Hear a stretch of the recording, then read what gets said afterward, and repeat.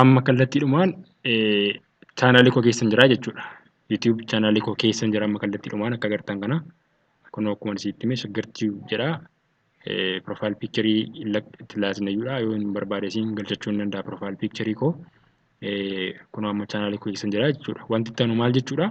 Viidiyoo gadi dhiisuu jechuudha. Viidiyoo keessan hojjettanii karaa barbaadan waraabuu dandeessu, bilbila keessanii waraabuu dandeessu, qophii kan barbaade irratti qopheeffachuu dandeessu isiniin jedheera.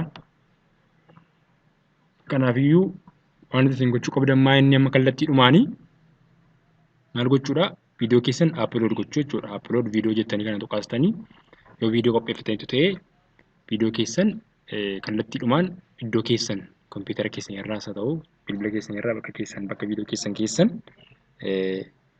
filattaniitoo kompiitara yuutuubii keessanitti ol baastuu jechaadha.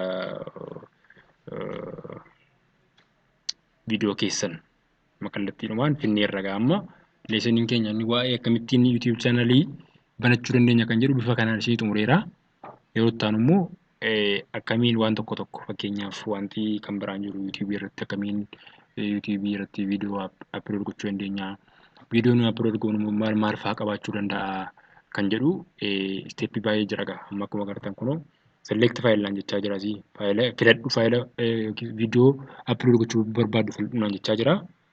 Kana tuqee viidiyoo filachuu ni danda'a jechuudha. Ammaaf garuu sana keessan galuun har'aaf kuni waa'ee akkamittiin yuutuubii chaanaalii banachuu dandeenya kan jedhu kana keessa hin galu har'a. Ammaaf kanumaa jechuudha wanti ani isinitti agarsiisu. Yeroo itti aanu immoo waan baay'ee keessa seennee ilaallaa jechuudha. Akkamittiin viidiyoo keenya hordofuu dandeenya. Nama meeqatu ilaalee, nama meeqatu hin ilaallee, nama meeqatu laayikii godhee, eenyutu ilaalee, biyya eessaatti ilaalee kan jedhu guutummaatti isin biraan geenya.